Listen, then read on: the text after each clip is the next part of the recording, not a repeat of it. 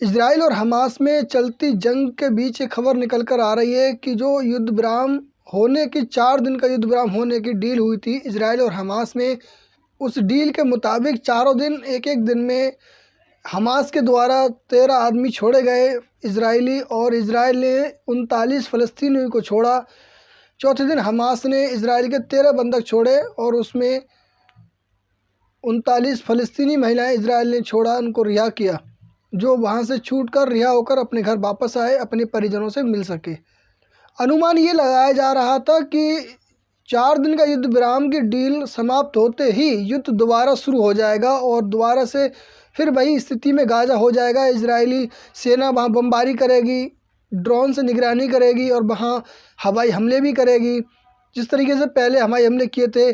और इजराइल का भी दावा था कि जब तक हम जंग करेंगे, जब तक कि हमास का सफाया न कर दें गाजा से।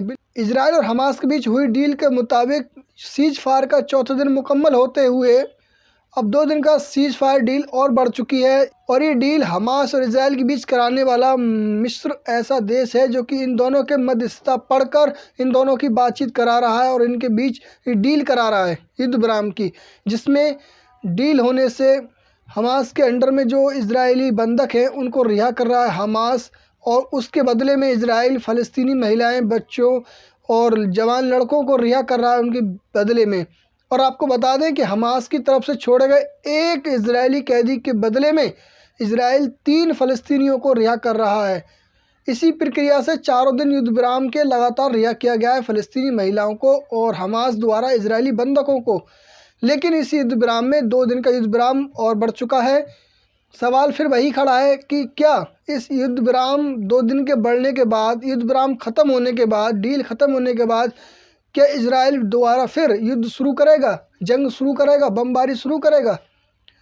तो ये सारी बातें देखते हैं कि 2 दिन का युद्ध विराम जो और बढ़ा है, इसको मुकम्मल हो जाने के बाद युद्ध विराम और आगे बढ़ता है और डील होती है या फिर जंग शुरू हो जाती है। लेकिन आगे जंग हो या ना हो, युद्ध विराम बढ़े या ना बढ़े, लेकिन मैं आपको ये बता दूं कि ये युद्ध विराम होने से हमास को बहुत ज़्यादा मजबूती मिल चुकी है और हमास पहले से बहुत ज़्यादा मजबूत हो चुका है और सतर्क अलर्ट हो चुका है।